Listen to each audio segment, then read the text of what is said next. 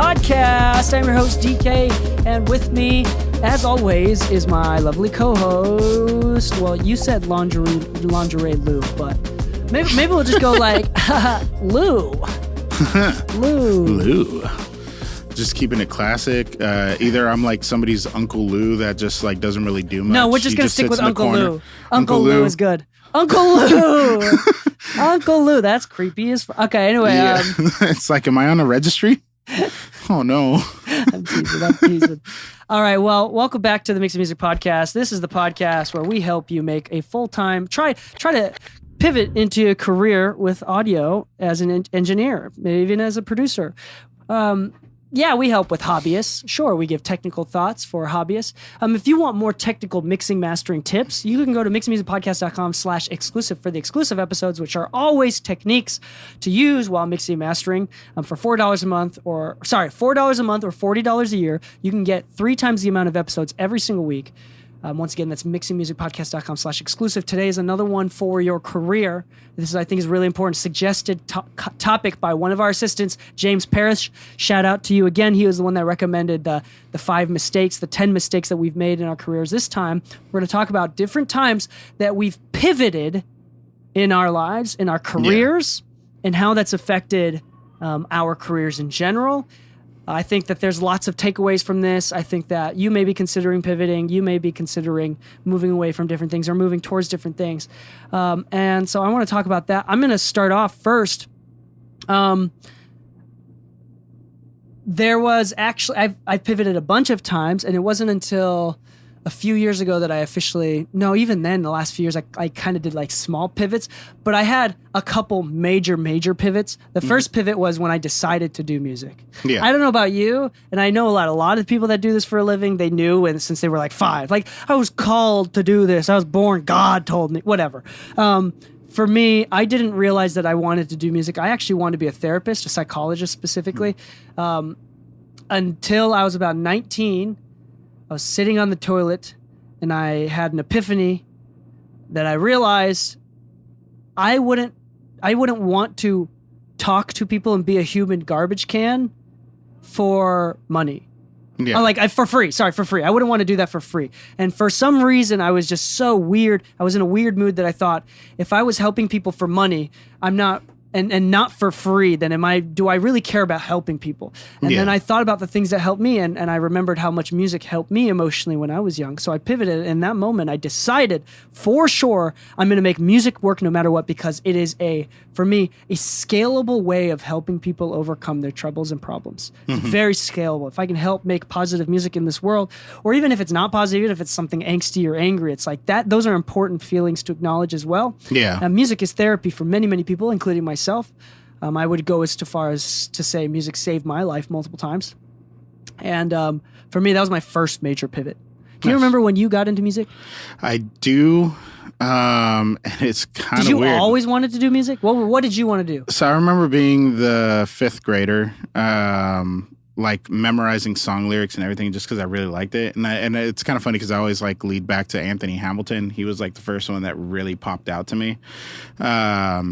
But it's one of those where like I started wanting to go to school for music, like music focused, like private schools. So you knew from 5th grade? Yeah. That I was that into music. Like I started learning how to play trumpet and all that kind of stuff. I sucked at it. I'm not going to lie. I was a really bad trumpeter. Like if you ask me to press my lips together and squeeze, I can, but it's not going to be very good. That's so interesting. I feel like I've always liked music too from a young age like that.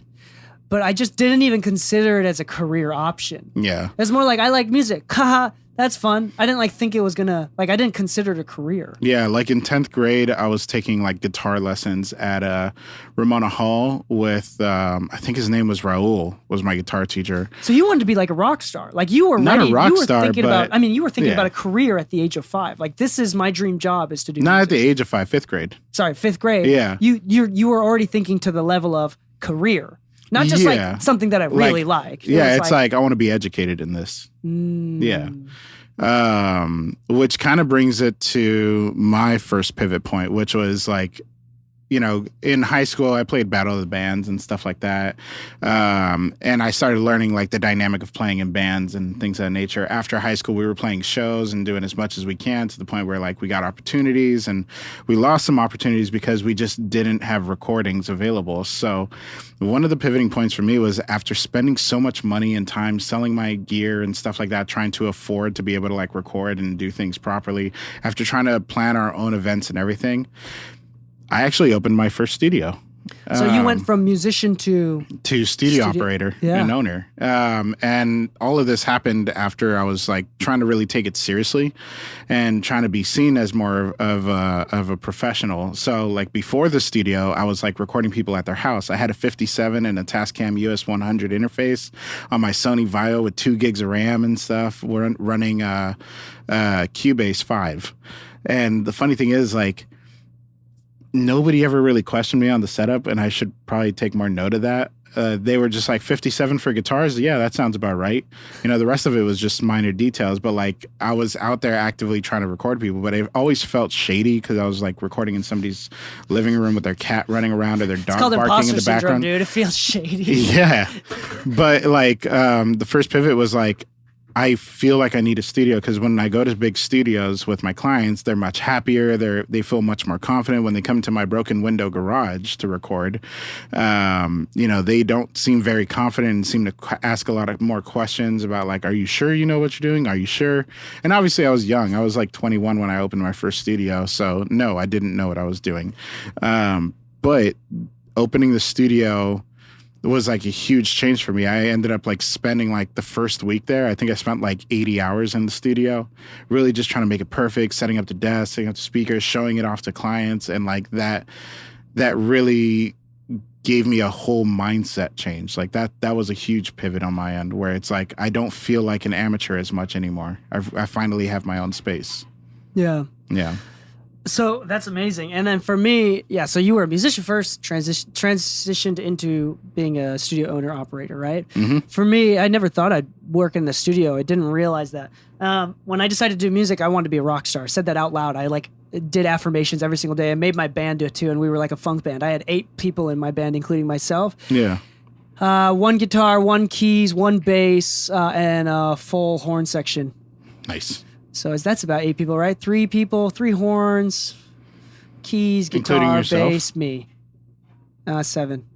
Who am I missing? Maybe a second guitar player we had at one point. Anyway, regardless, there's about 7 or 8 people in my band, and I was the leader of it. I was wanted to be a rock star. I wanted to go on tour. I wanted to do all this stuff. We won a Battle of the Bands for like a big radio station, like the biggest for an iHeart radio thing. They paid for an all-expenses paid trip to meet with the head of A&R of Republic Records in California. That was the first time I went to Los Angeles. So I went out to, I think it was in Santa Monica area, right by the beach, right by the Universal Studios and Republic offices, for Universal Music and Republic offices. Met with the vice president of A&R, like the 2 of the biggest guys in A&R, the same people that signed and managed Post Malone, Ariana Grande, Drake, all of those people. I was sitting in that office. We did really well. I mean, I'm singer, songwriter, producer here. Just totally fucking bombed that interview. Just bombed it. Yeah. And I have other podcast episodes where I talk more deeply about this. And it really affected me more than I'd love to admit. It really affected me, and I lost a lot of confidence. And I realized, one, I had other priorities. I wanted to have a family eventually, and going on tour wouldn't really be good for that. Yeah. Maybe that was just a rationalization to give up on my dreams. But my dreams changed, and here comes my second pivot, is I decided that I liked helping other artists. Like, I wasn't able to believe in myself all the way, and that was part of the reason why I bombed the interview, is because there was an obvious lack of self-belief, confidence. I wasn't like delusionally confident, and I should have been. I was too humble. And I wanted to help other delusionally confident artists actually finish their songs and to sound really good. So I accepted this role as like the healer in a team MRPG, like I was the healer role, and I wanted to help other people finish songs. And I really, really loved the idea of finishing songs. I didn't know exactly what that meant at the time. Then I before that's when I decided to pivot, and I actually, by luck, and this wasn't on purpose, when I was 22, I opened my own studio. I didn't share it with anybody else. I had 3 rooms to myself. I was paying rent by myself. I had a business partner. He was supposed to take out the loan and get because the person that previously owned that spot or rented that spot had about $20,000 worth of equipment. He would just want to get out of the music industry completely. He's now a big videographer, and he sells like classes on video and lighting and stuff like that. He's actually doing fairly well from what I understand. But he sold everything and bought one camera. So we paid him $20,000 and he bought one camera. So he was going to take on that loan. My business partner was going to take on that loan. And then at the last minute, like I was just going to be an engineer. I was going to be an employee. Yeah. And at the last minute, I decided, nah, this is too big of an opportunity. I was the one that took on that liability. Yeah. And I was already working at Guitar Center at the time, so I had a lot of equipment. I've been saving up for a long time, got a lot of discounts. I sold everything, paid that loan back as soon as I can, and then just took on this studio and decided that I was going to be an engineer of some capacity. I didn't quite understand what it meant to be a producer. I didn't quite understand what it meant to be an engineer. I didn't even really may not have known the difference between a mix engineer and a recording engineer. I just knew that I liked mixing, I liked recording, I liked helping people like finish songs. And that was my first major pivot. What was your first major pivot after? So you went from musician to studio owner. Yeah. Let's go back to your story. What was the next pivot after that? Leaving said studio for a private engineer life. Not private as in working for somebody specifically, but just deciding that I don't need to be locked into this studio. Reason that this was a big deal. So you went full freelance. Full freelance instead of having my own studio. And this one took a couple years because I had that studio with my business partners for quite a while, but I started noticing how I had no clue what it took to manage an efficient studio on that level. Not necessarily that it was bad, but no, neither did I when I started my studio. Yeah, nobody knows. It's your first business. You're bound to fuck up. That's why the government's like, yeah, we'll give you the first 2 years to get your taxes in order, dude. Like, wait, hold on. That is not real. No, you have it's to get not. Your taxes No, you have to get year one. Yes, you do. But like, they're looking at you like you made no money. None? That's normal. In a year? 2 years? Like, Amazon still doesn't make money, apparently. Apparently. But like the funny thing is this, like you kind of go from owning a studio like I did, where it's in a building with a bunch of known people. Like Game the Rapper was my neighbor for 5 years, which was cool. What ended up happening is I ended up training a couple of his engineers. Like a lot of his team, his interns that were kind of coming up, trying to be his next engineer, blah, blah, would come over and be like, Lou, they asked me to do this. How do I do this? And it's like, no worries. Come on, let's go into the room real quick. I'll show you what you need to do. How do I do a reverse reverb? This is how you do it. You know, and like the cool thing is like, I built a lot of... And at this time you were like learning too. So like, this wasn't like information that you knew and you taught them. Like you were teaching him stuff that you had also freshly learned. Exactly. So like the part of it is I tell people like, if you can't teach it, you don't know it. So it was also like the teaching part was your learning experience. Exactly. As well. That's good. So, that's great. Like a cool thing is I became like the resource in that building, which ended up meaning that a lot of people were calling me to do things that didn't require me to be in the building. In fact, a lot of opportunities aren't always in the studio. Sometimes they're at the house of the artist. Sometimes they're at an event space. Sometimes it's like, hey, do you know how to do live sound? It's like, yeah, it's like, listen, we're doing a couple shows. Like, we need a front of house engineer. Can you do it? It's like, yeah, sure, I can do that. So I started realizing that there was more opportunities than the studio alone could provide. But the relationships I built at that studio were what was funneling that. So at a certain point, I was only at my studio once a week at most, you know? And at that point, it's like, why am I paying? At the time, we're talking about 2011, and I was paying roughly $2,000 a month with my team for that studio. Yeah. And the studio was maybe a little bit bigger than our Studio B. Sure. But it was like acoustically bad and all that kind of stuff. It wasn't up to like what my personal standards had grown into. And at that point, it was like, okay, I need to get out because all these opportunities are coming up outside of this. And I kind of need to be able to take them without the overhead holding me back on progression. So the next pivot point for me, pivot point 2, was leaving the studio because there was opportunities outside of it and the overhead now was a factor that I needed to start considering better. That's interesting. To put it into perspective, in Utah, when I started my first studio in Provo, Utah, just down the street from BYU, what a funny thing, man. I had an entire building to myself with 2 rooms larger than our current A room, like just not including the track, room. Not including the live room, just the control room. Yeah. I had 2 rooms that were bigger than our Studio A control room. And I had an upstairs room, which is about as big as our B room. With lower ceilings, but about as big. And how much was it a month again? At first, when we first started, after the $20,000 that we paid to get him out of the lease, it was $650 a month plus utilities and insurance. So it's like after utilities and insurance and alarm systems and cameras and things like that. It ended up being about, at first it was $900 a month, and then after a couple of years she raised it to $750. So then it became about $1,000 to $1,100 per month of everything included. Again, insurance, and utilities and all that jazz. But at the same time, remember, like, the price of that reflects the amount of work there was available. LA, the work is in you abundance. Don't have to be super, as long as you have a space, you can not easily, but you can make $2,000 to $5,000 a month. Yeah, to be honest, you know how many times like I'll talk to people who see the studio and they're like, if you just made a cheaper room and made people allowed to smoke in it and just charge like $200 a day, it'd be booked constantly. I'm like, yeah, but those are the specific clients I'm low-key trying to avoid. But the funny thing is, like, there is an abundance of work available in LA. Like, you could be the cheapest option and you'd still find work. It's crazy. That's definitely a thing. So I started studio. This is when I pivoted.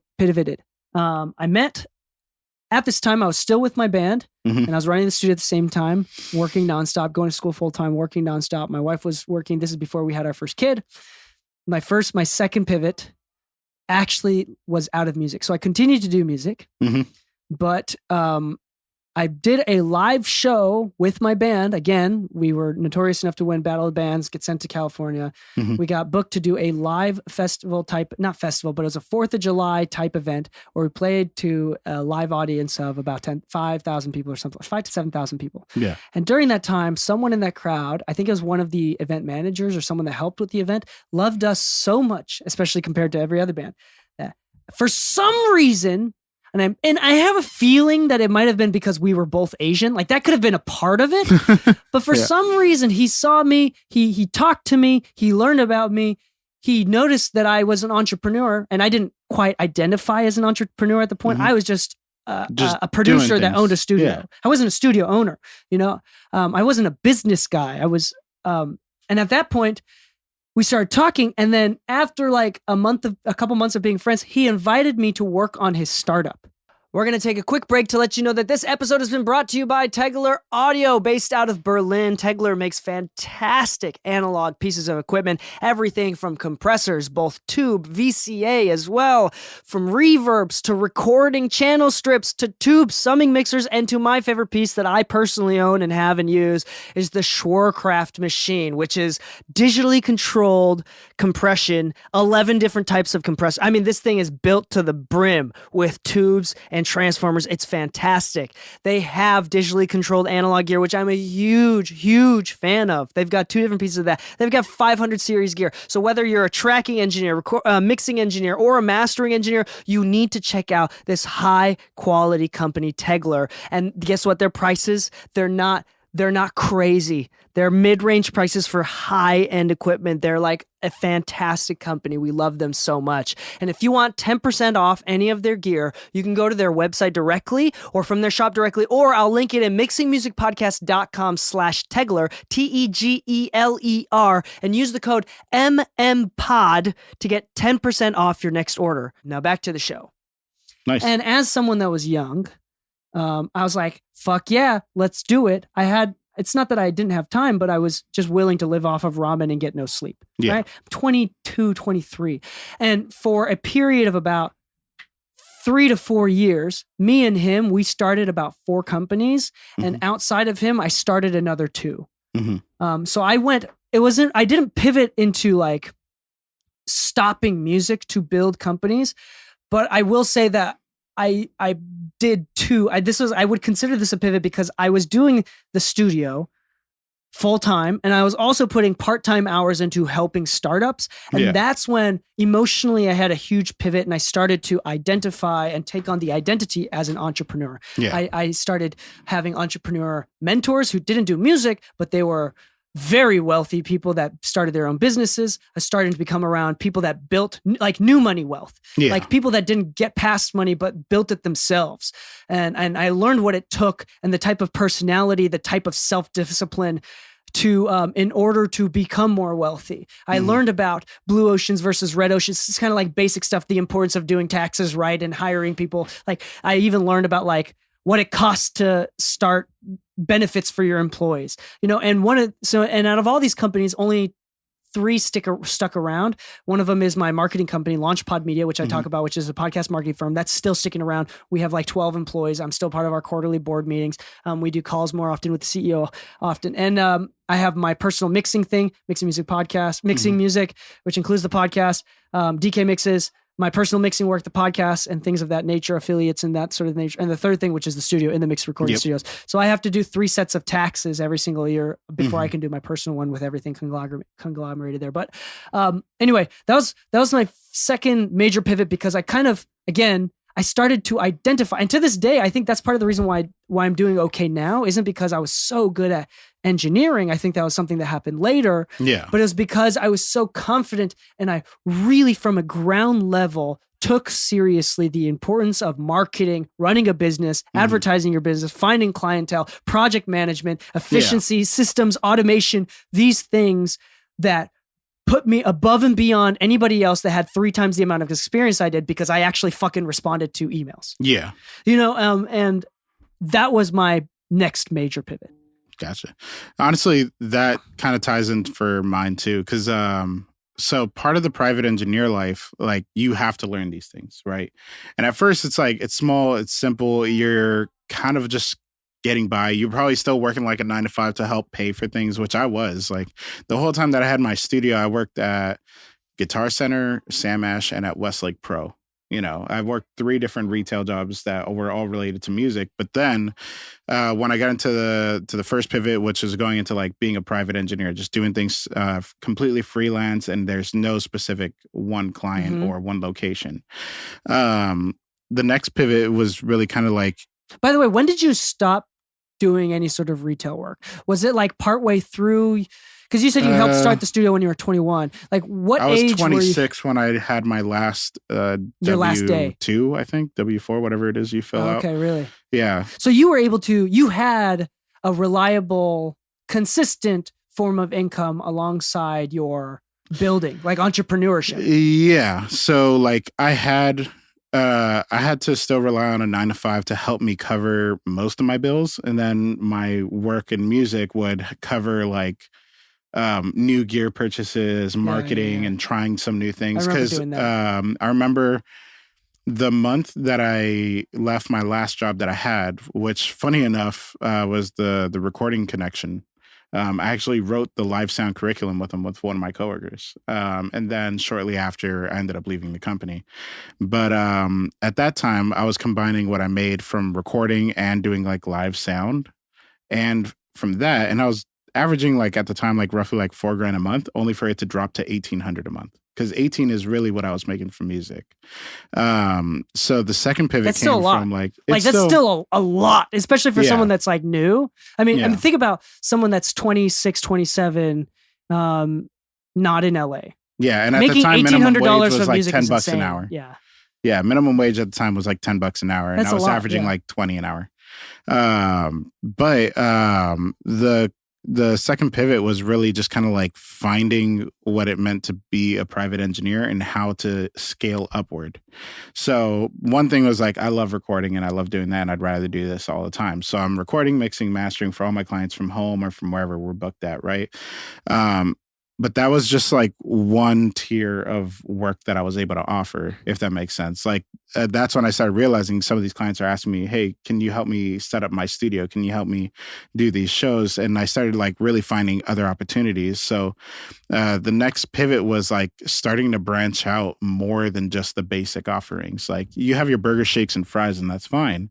But at a certain point, if you ever want to expand that menu, you probably have more opportunity to attract new clients and different So then types you of went different into, budgets. at that point, you went into what we talked about the last episode, which was the say yes to everything. Yeah, but it was kind of funny because, like I said, I like a trial by fire education. Like, just throw me in, and I bet you I'll figure it out. And by the end of the session, we're fine. But that's when I took on like the Nick Cannon studio build out stuff. That's when I was doing Chris Brown studio build out. That's when I was doing Trey Songz studio build out. And that's when I started working with like contractors as like the head of like their audio division and being the one in charge of installing consoles, installing patch bays, installing the systems and planning them out in advance. And then, you know, making sure all the software and computers were integrated right and all that kind of stuff. So I'm like 25, 26 at the time, you know, building out these A-list artists like studios. And you've actually worked out of one of them. I wasn't the contractor on that one, but I integrated like the studio. And so when there was issues, like the first person to call definitely was me at the time, but it was one of those like, okay, this isn't working. This isn't working. Okay, cool. I know it's set up. We're just going to find the solution. We're going to do this. And as long as we do this, we're fine. And, you know, I became the guy that a lot of people trusted to be like their go-to guy. So the second pivot that I had was really not second. I guess this would be third pivot. Really just kind of becoming multifaceted instead of just being a one lane kind of engineer. Like everybody records, everybody mixes, everybody masters. And when you're starting out, that's fine. And if that's the only thing you want to do, then dive deeper into that. But on my end, I don't know what made me much more fascinated in the idea of like setting them up and actually building these spaces and learning more about getting into it. So I started like starting a Midside Sound, which offered live sound integration and recording services. And that was like when I finally, I guess you could say, built Midside Sound. Midside Sound didn't exist until like I was 26. And now 6 years later, like Midside Sound is like still what Midside Sound, the company, not the technique. Not the technique. Company. No. Midside Sound, the company. And to this day, it still offers all the same things. Like I'm still taking studio builds and all that kind of stuff. And arguably speaking, sometimes I can take a break from recording, mixing, and mastering and just focus on that for a bit. And that will pay the bills. And then I come back to music and all that kind of stuff. So part of it was like diversifying the portfolio more than what it was. That would be like my third pivot. Yeah. Like building, like you said, building businesses that end up like succeeding and doing well, but also like kind of what we talked about on the last episode, finding out what you don't want to do and what doesn't interest you, what does interest you, and kind of focusing more on that. Yeah. Yeah. That's cool. Yeah, I remember. Do you still use Midside Sound as an LLC? Okay. Yeah. Oh, now, actually, it's all sole proprietorship, funny enough. Okay. My main business is DK Mixes LLC. But okay, back to the time where I'm starting businesses. I'm now involved with many other companies. We actually, one of the times when I started working on other companies, I remember this was like the most exciting, but also the most depressing thing ever. When I was about 24, one of the companies that I started, it was a marketing firm for apartments and listings. It was specifically our main client was a website. I think it's okay to say their name. It's a website called Rentler, or like, I think that's what it was. Rentler, who are based out of Utah. They do apartment listings, but they also have like landlord tools too, like collecting rent and payment platforms or portals, right? What we did, and this is something so specific, this was a genius idea, but it burned us out. You know, all of those Facebook groups like Los Angeles Housing, Minneapolis Housing, USC Housing. Yeah. I own all of them. If you go to most of those, you'll see my name in the moderator list. That's actually kind of hilarious. My Facebook, it blows up with so many, just random cities and states across the entire US. Mm-hmm. It's so fucking annoying, actually. I hate Facebook because that ruined it for me, because I don't have, you don't my have notifications privacy anymore? I turned off all the notifications, but they keep reminding me that I own like so many of these groups. I don't know all of them, and there's new ones too. And we went as far as to paying to acquire these groups. And we actually, my buddy and I, his name is Lee, he actually coded a scraper tool. So what it would do is that with the listing, tool, the coding would actually scrape the details from the listing, the pricing, the room, what the amenities and everything that was written down on a Facebook post, going through what Facebook required to post that listing. Yeah. And it would scrape that. It would automatically create a new profile for Rentler, and it would make that listing on Rentler automatically, and the code did it all automatically. So it completely just demolished the Rentlers, like Google Analytics, like the pay-per-clicks, like the PPC. It just went down. Like we were killing all of their marketing. Yeah. In fact, we were killing it so much that they were going to pay $1.6 million to me and Lee for what for us was 8 months of work, 8 to 10 months of work. We were at the table signing that offer. Me and Lee were going to split $800,000 each for about 8 to 10 months of work. I'm 24. He might be 26. We're going to do this together. And VP comes in while he has the pen in his hand about to sign this paper. The CEO has the pen in his hand about to sign this paper. VP comes in, whispers something in the CEO's ear. CEO walks out, comes back in 2 minutes later and says, "Hey guys, we're actually going to have to hold off on this." And the project got shelved. I lost $800,000. Not like actually lost because I didn't go into debt, but I remember losing a potential. I was like getting greedy and like my mouth was drooling. I was like, I'm gonna be rich. Like this is gonna set me up. I can invest in other things. And I was actually, if that did get signed, I probably would have. No, I don't think I would have left music. But you probably would have gone more privatized than music. No, I was gonna say that actually probably wouldn't have been good for my career because we've both seen people that like made money from doing something else and they like buy their way. They have all the nice gear, but they don't have the skill to back it up. You know, so that's a man, whole do we know thing. those kind of people? Yeah.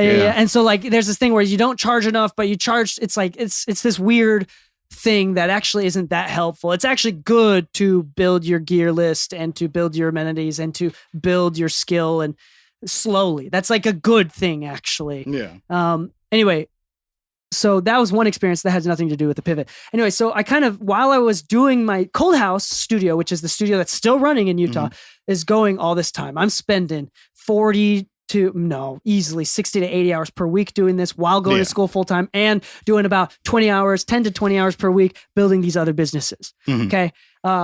I pivoted from those businesses. I did a lot of pivots between businesses because one business got shelved, another business started. We actually had one called Home Slice.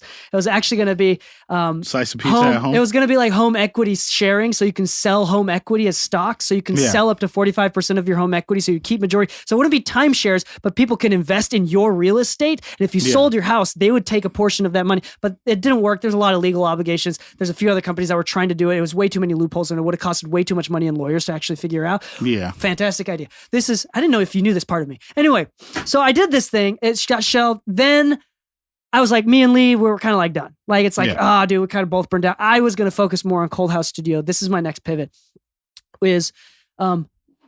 I then went to mix with the masters. I decided I'm going to take, because I'm still doing music for school for music. I decided I got an internship for Mix with the Masters. And I got accepted to Leslie Brathwaite's week-long seminar in the south of France for Mix with the Masters. I got school to accept it as intern credit. Yeah. And so they paid for the trip other than the flight. So I paid for the flight. They paid for the fees for the seminar though. And I went out for a week, had the craziest, and again, I've had many episodes where I talk about my specific experience with Mix with the Masters, but at that moment, I learned two things. One, I'm way better at music, and all of those hours that I've been dealing with clients and working, trying to build a career with Cold House, paid off way more than I thought. And this is crazy because I was super insecure because I was good for Utah, but I didn't realize that meant I was good globally. Yeah. Does that make sense? Like I was good objectively. And it was the first time that like Leslie gave me the permission to like believe that I was good. Yeah. So all of a sudden, like my cares and my insecurities just vanished because of Leslie. I also decided that I like mixing more. Hence, I went with the Mixing with Masters. I kind of had that feeling, but I was still offering everything else. As soon as I got back from Mix with the Masters, I stopped recording completely. And every time someone asked me to record, I'd be like, "Why don't you record from home? I'll help you buy a mic. I'll help you set it up," because it was more fun, and I made more money per hour if I just mixed. Yeah. So like what I did is I lost a lot of money that year, but I pivoted to completely mixing, only mixing.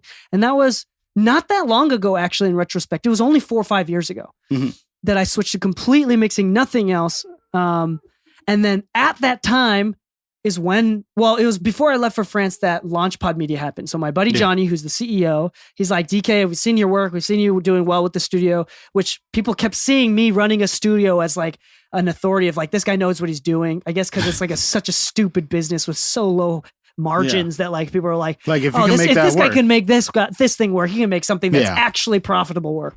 So anyway, me and 2 other guys joined forces. We did Launchpod Media, again, still going to this day. It's a podcast marketing firm. I got back from France when I decided to do this. All my insecurities are gone. I realized that I was good at what I do. I had confirmation from multi-Grammy winning Leslie Brathwaite, who basically just said I was good. And then and I was ready to just do mixing. And at the same time, this podcast company started. I was the only one out of the 3 owners of the company that didn't have a podcast. So I decided to start mixing music as an experiment for the company. Like it was like I didn't know anything about podcasts at the time. I didn't really listen to podcasts. I was just like the guy that knew audio. And I was like, okay, in order to kind of understand how these algorithms work, I can help and even help Launchpod prove their theories and do experiments to see how we can force the algorithm to boost my show. Yeah. Hence why we were the number one. I was the number one new show in music, tech, and hobbies. That wasn't an accident. That was Launchpod Media Marketing. Why we have over 750,000 downloads to this point. It's insane. By the way, we passed 750,000 downloads. $750 million. Yeah. And then it was that time when I realized, okay, I'm no longer going to be insecure. And I talk a lot more about the details of this. So I pivoted into podcasting alongside pivoting into mixing, alongside pivoting into this Launchpod Media. And Launchpod Media to this day was the last, well, as of this point, was the last non-music company I ever invested into. Yeah. And I'll go into my last pivot in a minute here. Cool. But do you have any other pivots that you want to talk about? Yeah. Opening in the Mix Studios. Oh, yeah. Yeah. So for me, this one was more significant for me, and it will tie into the last pivot. But this pivot was significant for a few reasons. At no point have I mentioned in any of the pivots like my reliance on the team. A lot of it was like talking about myself and myself doing things, because in my head, it wasn't like first character syndrome. What is it? Main character syndrome? It wasn't. Like when you think like you're the only person that matters in your story kind of thing. Oh, being a narcissist? Yeah, being a dick. Yeah. Megalomaniac? Yeah, whatever that is. I'm sorry, I'm not familiar with the definition of it, but it sounds cool. At the same time, sounds bad. Define megalomaniac. Megalomaniac means a person who is obsessed with their own power. Do you want to hear the remaining one? Okay, I definitely wasn't that. Someone who's just totally self-obsessed with yourself. But on my end, it was one of those where like I always kind of learned like you can't lead a horse to water. You can lead a horse to water, but you can't force it to drink, right? And it proved very true many times when I tried helping people.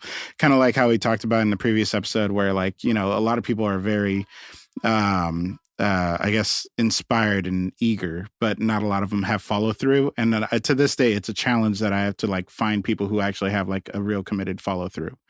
That is something that is not in abundance. So when you find people like that, you hold on to them. We talked about that in the last episode too. Everybody says that they want to do music or they want to make a living from music or they're really passionate about it. Or anything. But you put them in a group project, only one person does all the work. Yeah. So I always found myself as like, the person that was like, even when I played in bands, when it came to like promoting shows, putting them on, getting paperwork from the city, I was always kind of left alone with the work.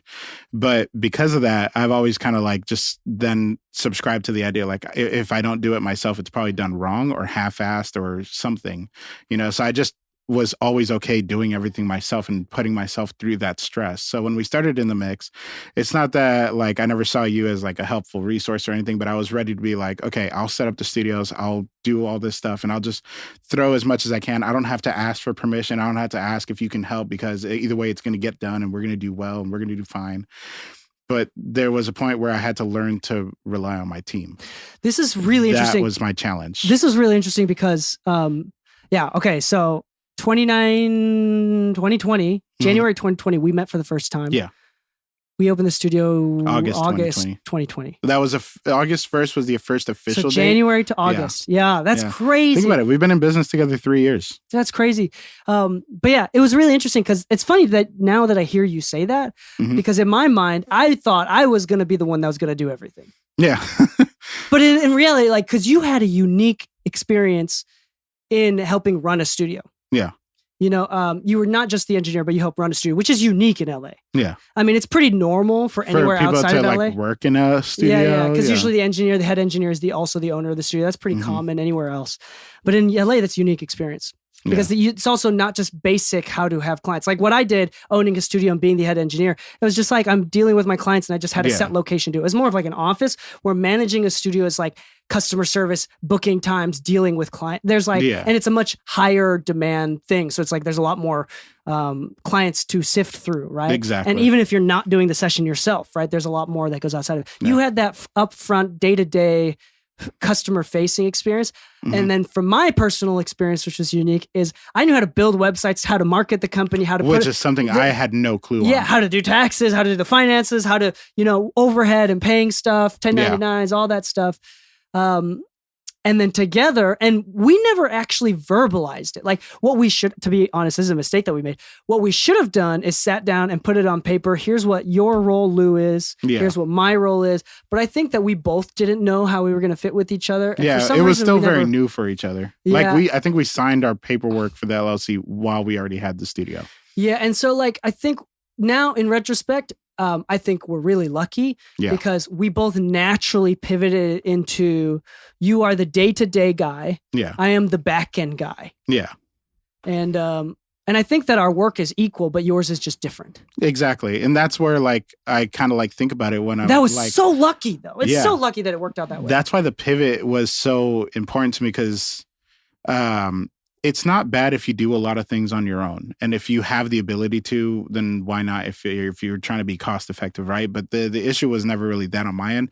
It's just I never really met a lot of people that had the same push and like want to like. Are you complimenting me right now? Is that what's happening? You are getting a compliment. Holy shit. Like put it this way. Like, man to man, dude, that never happens. Men don't compliment men, dude. No. But like it kind of comes down to the idea of like, that's why I always tell people like, if you find somebody good that you can trust, keep them around. Like you may not always agree on everything and that's actually better because you shouldn't agree on everything. At that point, it's a waste of time. You're just looking in the mirror. Yeah.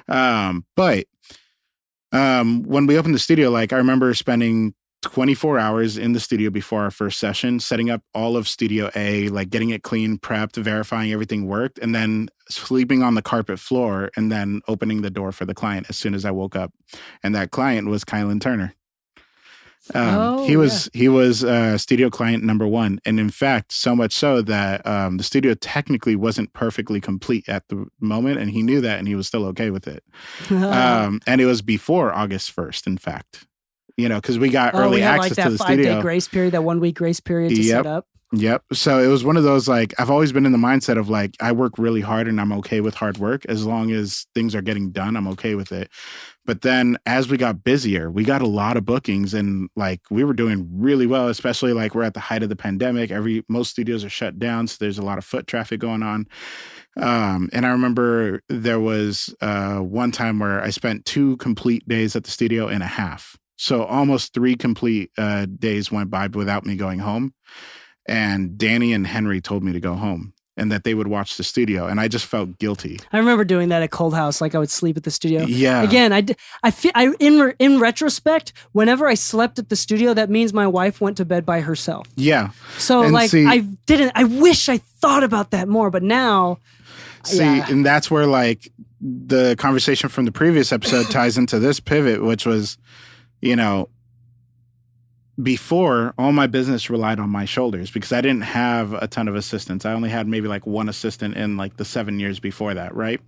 But because of that, I was very on purpose self-reliant because I only ever needed myself to get something done. And so having a team and relying on the team was something that I had to learn way late in the game.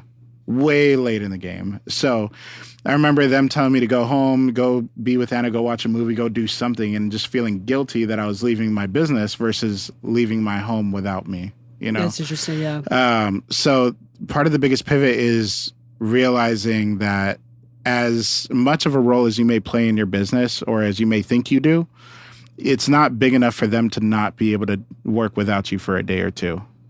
Yeah, that's really interesting. I feel like we did a good job like automating everything. I remember in Cold House, there was one point, I don't think it was anything specific I did. I didn't even seek it out, but I remember, I guess the studio in itself had built enough of a local notoriety where a local university, accredited university, not a community college, wanted to send interns my way. I think it was because one of my clients was a student at that university, and he had asked me if I can get internship credits, so I became one of their like providers of credits, and they accepted me because even though I was a student at the time, I became an internship credit provider as a student to a competing university. That's when the first time I took on like interns and like had to think about like, okay, how do I teach these people, and had to look into like labor laws and things like that.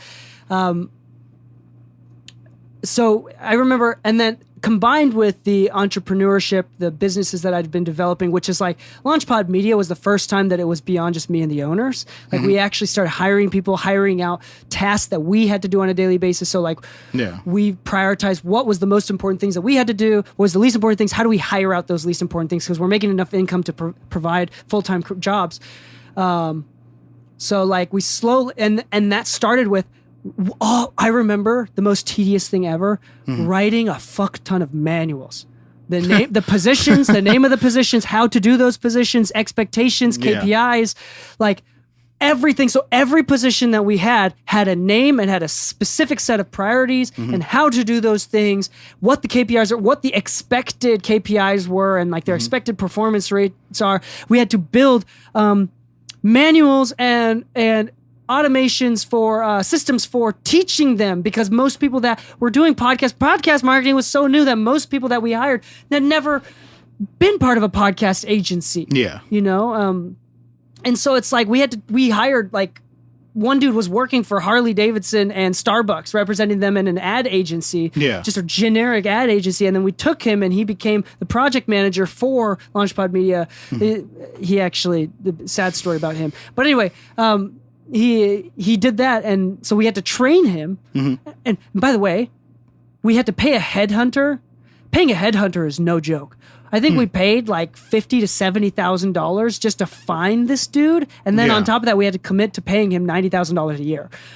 This is no joke. Damn. So remember, I'm about 26. My CEO is about 27, 28.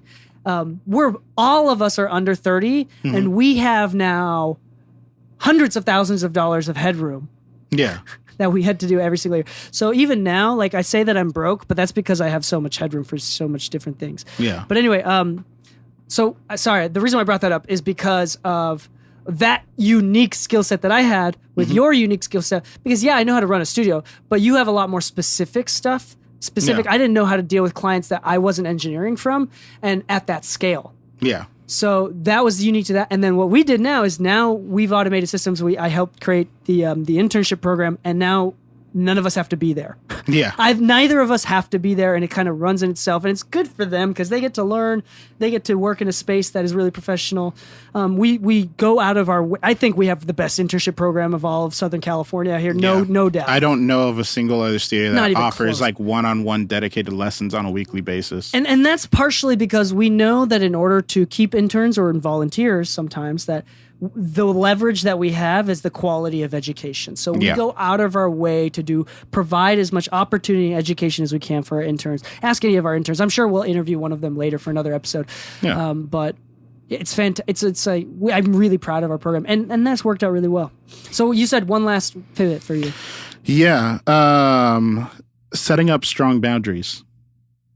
This is kind of not a career pivot. It's a mentality pivot because, it's kind of like we talked about earlier. Like early in your career, it's definitely a good idea to say yes to everything. But at the same time, you set yourself up for a very dangerous output if you don't learn to calibrate. And that calibration being that as soon as something starts to go sour, though you did agree to it in the past, you now need to know how to set up your boundaries or communicate certain issues and prevent this from happening again, which means like a good example is the interview with Jeff Jackson, where every time he got burned, he added it to his contract. And because of that, he could no longer get burned in that situation. That's okay. You're going to get burned over time. But it's important. We don't want to deny you the opportunity of getting burned. Get burned. There's something about like, you know what? Go get burned. There's something interesting about teaching you how not to get burned, because you have to get burned to understand why. Yeah. You know, like if to be honest, if you've never changed the oil of a car, but you've read a book on it, I still don't trust you to change the oil of my car. I don't want you anywhere near it. So I'd rather you get your hands dirty and fuck it up a couple times so you don't fuck it up when you do mine. Yeah. Yeah. So the point of like the intern programs is like literally come make mistakes. It's okay. Now don't repeat those mistakes over and over again, but make the mistakes so that you can understand what the issue was. The idea of safe spaces is like really popular in the last decade. Yeah. We believe, I don't get like safe space. If we're a safe space for anything, we're a safe space for making mistakes. Yeah. I mean, there's some lines that you can't cross. Yeah. But we're significantly more okay with mistakes. In fact, we encourage them, accelerate your mistake making. Yeah. And we will do, as long as you can clean, if you spill the milk, as long as you clean up after yourself. And I'd rather hire someone, or I'd rather keep an employee who fucked up really bad, because I know that they're never going to make that mistake ever again. They're going to be so embarrassed. It's like they're never going to let that happen again. Yep. Instead of hiring somebody new to replace them after they make a mistake. Yeah. But like the big point on this one is like, once you start learning what your boundaries are or what you're willing to deal with, you honestly live a much happier life. And like part of that was like being able to go home. Something that like after In the Mix became much more of a reality than it did before.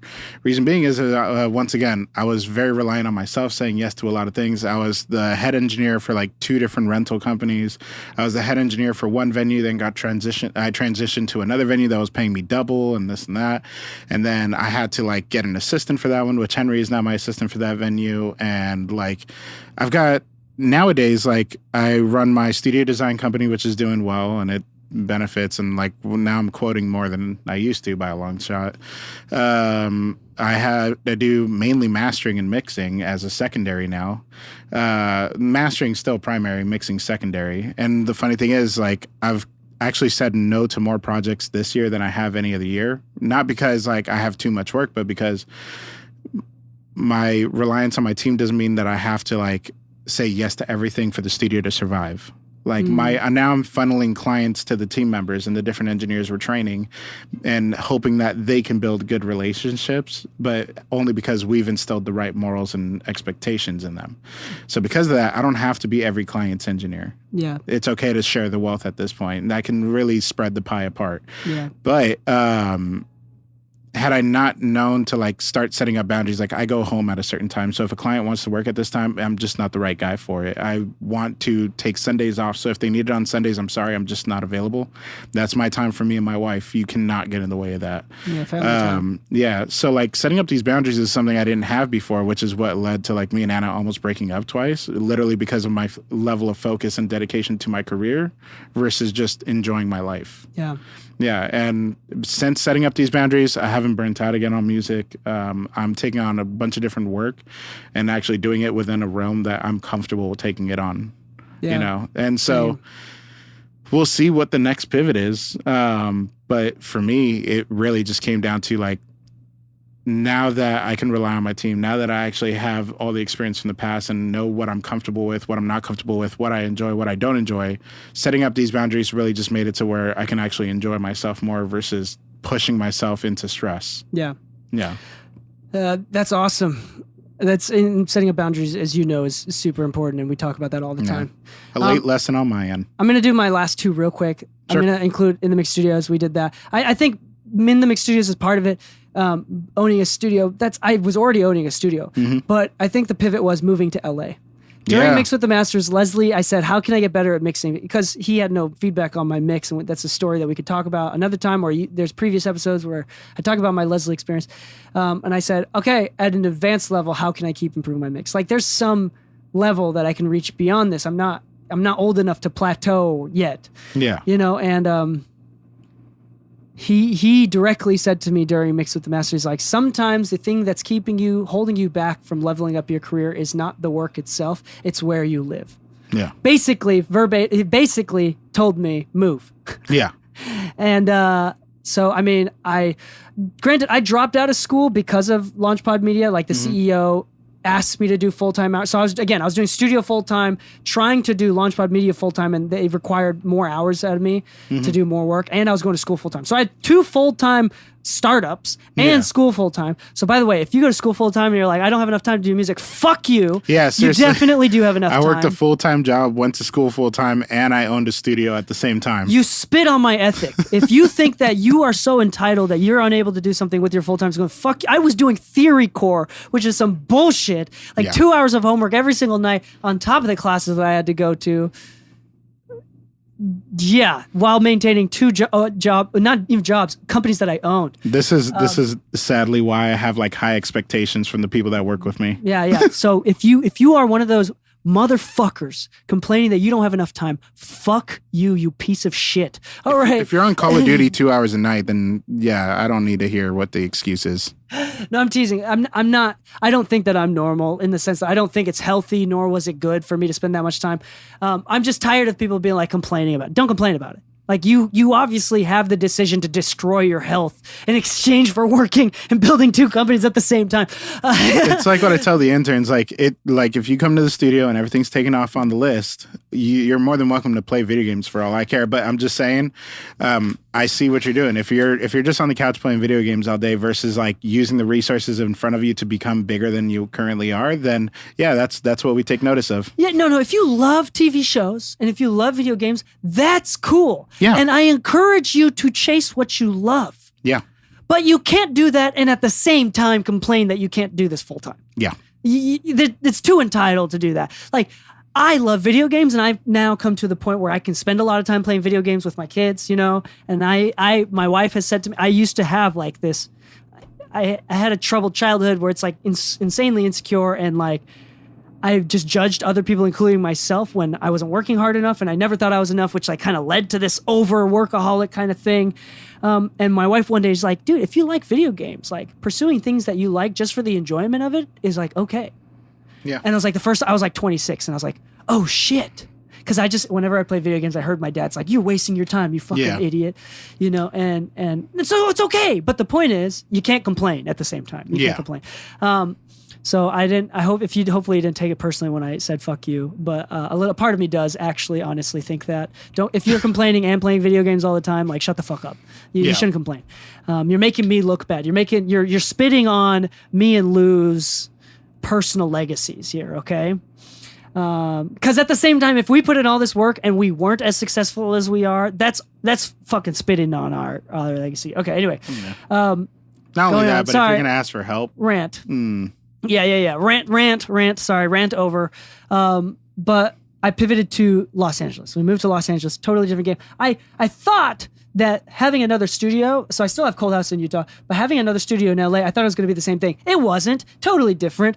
I found out that I didn't want to engineer, and I didn't really want to be working out of that studio. And I learned that much quicker than I thought I did. I very quickly... and by this time, I had like left LaunchPod as an active employee. We had hired myself out of the position, and I was like, they're like, yeah, you can do whatever you want in LA. Just be a part of these meetings that we do at least once a month or a quarter. And so I went out and I pursued music in LA, and I'm out here now. As much as I only do the studio like once a week and with stuff here and there, but I'm not engineering out of the studio, as you know. I'm literally just a purebred owner. And this is my last pivot, is when I went from like actively working in the mix studios to now, and especially this year, I have made the most amount of money that I've ever made from just mixing ever in my entire life. And in fact, like I think that I've made a lot, like okay, I need to be careful, and I'm not going to say anywhere near alluding to how much, but I will say that I've made the most amount of money in liquid cash, not private equity, in liquid cash this year than I've ever made in my entire life. And nice. I'm like, and here's the cool thing is that I've worked so damn hard is that I'm in a mentally healthy place enough where I feel like I deserved it in a good way. Like I've earned this shit, and I have no imposter syndrome for the first time ever. And I'm literally I remember in the memories of just losing my passion, I've gone back to what you said, which is just remembering how much I'm passionate about music, how much I love music. And I'm just now going back to doing this for fun within my boundaries. And I did this all before I turned 30. And that's the craziest thing too. And lastly, I'm gonna flex this because this is like the only episode that I'll have the opportunity to talk about this, and it's like actually relevant to the topic. When I was 26, 27, and 28, 3 years in a row, I was, because of the podcast, because of LaunchPod Media, because of the other things going on, I was an official nominee for Forbes 30 Under 30. 3 years in a row. Oh yeah. I won none of those years, but I was an official nominee. Like, they emailed me and said, hey, you're officially nominated. You're in the final rounds all 3 years, and never won. So it doesn't really mean anything. So it's not like, it's like an unnecessary, it's not really a flex, because it's like, hey, you're like not that good. You're like good enough, but like not that good. You didn't win anything. You know? got It's to like, the finish line, but didn't cross it. yeah. But I'd like to think about that too. But in your experience, to wrap it up, and I deja vu, I'm having a deja vu moment, but I want you to wrap up some of your overall thoughts of what you've learned here. And I'm going to do the same right now. For me, to this day, things that have completely shifted and created my career to allow me to do what I love for a living is, one, I have a unique amount of experience building companies, systems, automations, understanding expectations and self-discipline, and having a high amount of impulse control. Yeah. I learned that from entrepreneurship. The second unique thing is I learned on top of that is the impulse control, the level of boundaries, the boundaries that you said, that you talked about, that we always constantly talk about. I learned early because of having a kid early, having kids early. Those two things are very unique to me. That may not work for everybody, but I can guarantee all of my work a lot of my success stems from those two things. Yes, I had mentors. Yes, I had people. But even if Leslie gave me everything that I had, put me in the right spot, gave me an internship, if I didn't have the skills and the impulse control and the self-respect and the work standards that I learned from entrepreneurship, I don't think that I would have been able to differentiate myself enough to make a living from this. Gotcha. At this young of an age. So I think those are the biggest things overall. I think that's why I'm a super huge proponent of learning how to run a proper business. That mixing and engineering, producing is a business. And you have to learn how to take care of business. And it's mostly just doing basics. It's mostly about learning how to if you have a studio, putting your studio on Google listings, how to boost the Google studio listings through SEO and through reviews, things of that nature. How to build content and how to make effective content to convert audiences, the lead generation, things, basic stuff. There's no secret to any of this stuff. And that's why I emphasize it so much, because for me, that's what made the difference. I feel like I'm really fucking good at my craft, but I don't think that being good is what made me full-time. Yeah. I think it was my unique ability to be able to run a business. Yeah. Like on my end, it's kind of funny to try to surmise like what all these pivots really did. I know what my habits are, and I know how they've changed over time. And what's kind of funny is like we've talked about this in our differences, where I'm very like front facing to clients, and that's kind of what I kind of would associate all my success to.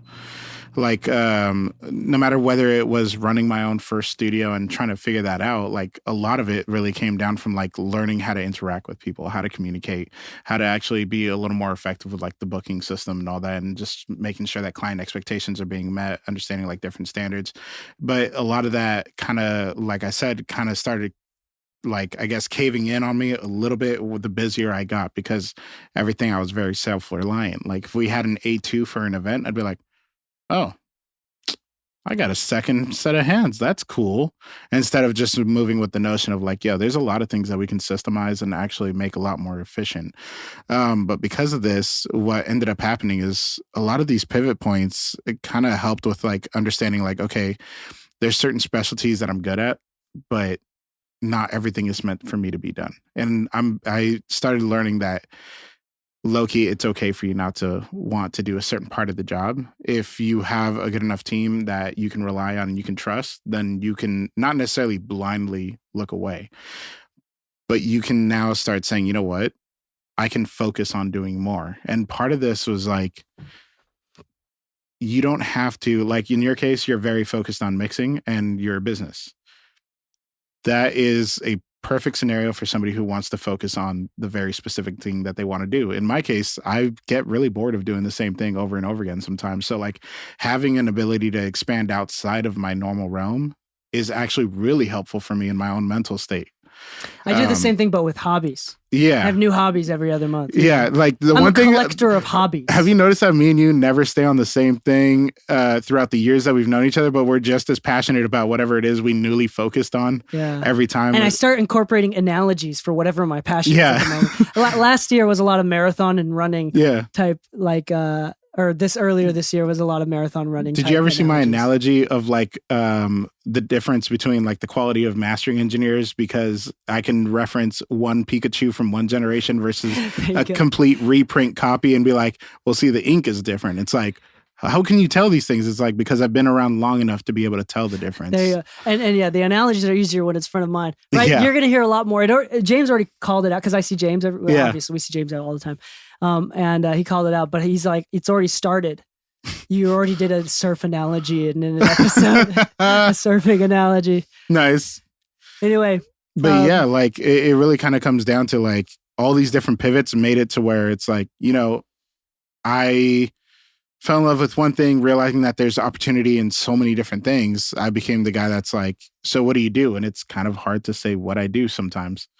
Just because it's like the last big project I did was the Zeus Network project. And recently, like Blueface posted in his stories that I was at his house quoting him like a 6-figure studio build out in his house, like, which is cool. But it's one of those things where it's like the guy that was working at Guitar Center is now doing like studio design build outs. He's mastering for rubbing shoulders names. With big names. Yeah. And the funny thing is at no point in my pivots was it ever like, I'm going to be the best one thing. It was just like my goal has always been to be a really good resource in our industry. That's true. We are great side-by-side comparison of like, I decided to do one thing. I niched really hard and you are the jack of all trades. And have made a living off of that. It's very unique, and I think it's cool. And for you, that's very satisfying. I think that's the most important point: is that it's you like doing all the things. Yeah, which is a good thing to notice, to recognize, and to be okay with. Like I can have the same client call me and say, "Hey, I need you to master this record," and the next day be like, "Hey, I'm thinking about buying a console. Can you help me plan out the patch bay?" Yeah. It's like, yeah, sure, I'd love to. You know, and the funny thing is like with my clients that work with me, they know that the work is always A1. So it's like it's never in my head ever landed in the idea of like I'm a jack of whatever trade I'm doing. It's like, no, I have specialties, but I can definitely help you out with more than just what my specialty is. And more importantly, you have the temperament and the desire to want to do all these things. Oh yeah. For example, I don't want to do studio yeah. It's not a fun thing. I literally just want to mix. And I will say though, the funniest thing out of all this is for me personally, I laugh about this. I talk about this all the time because it's so funny to me. Out of all the things that I've done, as much as I love scaling and building a scalable business, it's so humorous to me, laughable. That the one thing that I've become the most passionate about, that I want to build my career about, is the least scalable thing I've ever done in my entire life. Music. I can only do mixing music. I can only do one song at a time, servicing one client at a time. Yeah. It's the least I can't really teach. I can have an assistant, but I still have to finish it. You know, like I can't go on vacation. Like that's the only thing is that there's a part of me that's like emotionally unsatisfied because I can't go on vacation. You know, I can go on vacation, but I gotta But you gotta take some of it with you. Yeah, or whatever it is. I have to plan it out really ahead of time. Anyway, it's just funny to me. I need to. Eventually I'll figure it out. But it's just funny to me. Like, yeah. Anyway, that's it for this episode. Honestly, I think the big takeaway from this is what you should learn is that again, we're big fans of the importance of saying yes to everything. If you want more clients, you have to say yes to everything. And if you don't, I would never ever force a niche or a niche, right? Like never, if you might think that you want to do mixing right now, but you should still say yes to everything until you've put in about 10,000 hours overall. And then you're like, you know what? I fucking hate recording. I just want to do mixing. Yeah. Once you find yourself trust your gut as well. Like once you find yourself getting frustrated or not enjoying specific parts of it, that's when you start to say no to those things. Yeah. But don't force a niche. Yeah. Like if you really yeah. like something and you're passionate about it, definitely go after it. Like my specific thing was engineering. It wasn't necessarily being the best recording engineer or being the best mixing engineer or being the best mastering engineer. And I'll be honest, just like our industry, it's all creative differences. Yeah. You know, every mastering engineer has the same end goal, Yeah. but we all go about it differently. So to say that one is better than the other is kind of like this very like niche argument between people. It's even the niche group of people that are arguing this detail. It's not the audience. So at the end of the day, it becomes one of those things like as long as you have a good time and your client has a good time, the end results are exactly what they need to be versus like, you know, oh, it's good enough. You know, no, make sure you're still hitting your end goal. You should still have a goal quality output. But you got to really enjoy yourself. Like a big part of my pivots ended up just being like, I need to learn to calibrate. Chase what you enjoy and make sure you enjoy what you chase. I know it's such a simple platitude there, but the thing is that goes so much deeper than people realize because at the end of the day, this is another topic that we've talked about.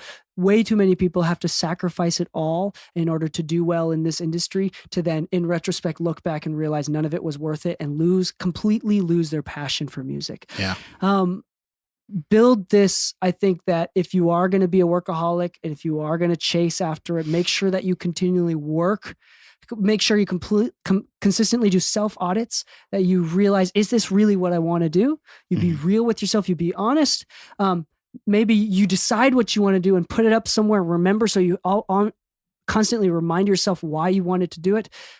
Make sure, again, chase what you love what you chase. Make sure you audit yourself and be real honest with yourself and continue to do that. Maintain that passion as best as possible. Because at the end of the day, at a high level, there's to get from level 5 to level 6 is just standard work practices. To get from level 6 to 7 might be a skill thing. To get to level 8 to 9 comes back to simple passion. Yeah. Like it's crazy. Like that is a hump. Like all the A&R and all the managers that I'm working with at a higher level on the biggest projects that I've ever worked on. At the end of the day, the one thing that we consistently talk about is that we're still somehow through all of the bullshit that we've had to deal with, we maintained a total, pure, almost naive love for music. Yeah. And that is something that most people lose towards the end of their career by the time they start figuring it out. So just be self-aware with all that stuff. It's okay to do music as a hobby. We're huge proponents and advocates of music as a hobby. This is something that you can do till you die. You don't get injured and stop. You know how many people music? I know that like they're retired, but they still record from home, like different groups just for the fun of it. Like they just find a group. They're like, oh, wait, you guys really can't afford to record? It's like, no, it's like, I really like your music. You know what? I'll help you out. You know, and they just do it for free from home. It doesn't have to be the most complicated setup. They just know that they really enjoy who they're working with. And they're like, I don't mind doing this one for free. Amen. So on that note, thank you again for listening to this episode. Go check out our discounts and offerings, our sponsors, things like File Pass, Loud and Audio, Plugin Boutique, Sweetwater. These are all sponsors of the podcast. Again, mixingmusicpodcast.com and our resources tab will show you all of our current discounts and running things at the moment. Book recommendations even, which is crazy. Yeah. Something unique to us. Another thing as well is if you like this sort of stuff, but you want more exclusive technical content about how to use a compressor, how to get louder mixes, things of that nature, sign up for exclusive podcasts. For $4 a month or $40 a year, we do exclusive episodes hidden behind a paywall that we only talk about technical tips. Short, sweet episodes. We pull interviews from other engineers and producers, and we break it down in terms that are practical for you to apply to your next session. We have a large list of current subscribers, so go ahead, check that out, mixingmusicpodcast.com/exclusive. Lastly, this is super important if you stick around this long, if you listen to maybe 5 of our episodes in a row, if you've been binging our content and you haven't taken the time to do a 5-star review for our content, that goes such a long way. On Spotify, you can only rate 5 stars. You can't leave a few words, but if you can leave a few words like on Google and Apple Podcasts, just say a couple sentences of what topics you'd like to hear, what you liked about these episodes so we can make more of those types of content, but also just saying a few words and posting a proper review actually boosts our podcasts in the algorithm, and it helps us reach more people. And if we've given you any sort of value, this is the one way that you can give us value back. So we really, really appreciate that. And on that note, happy mixing, my friends, and stay saucy.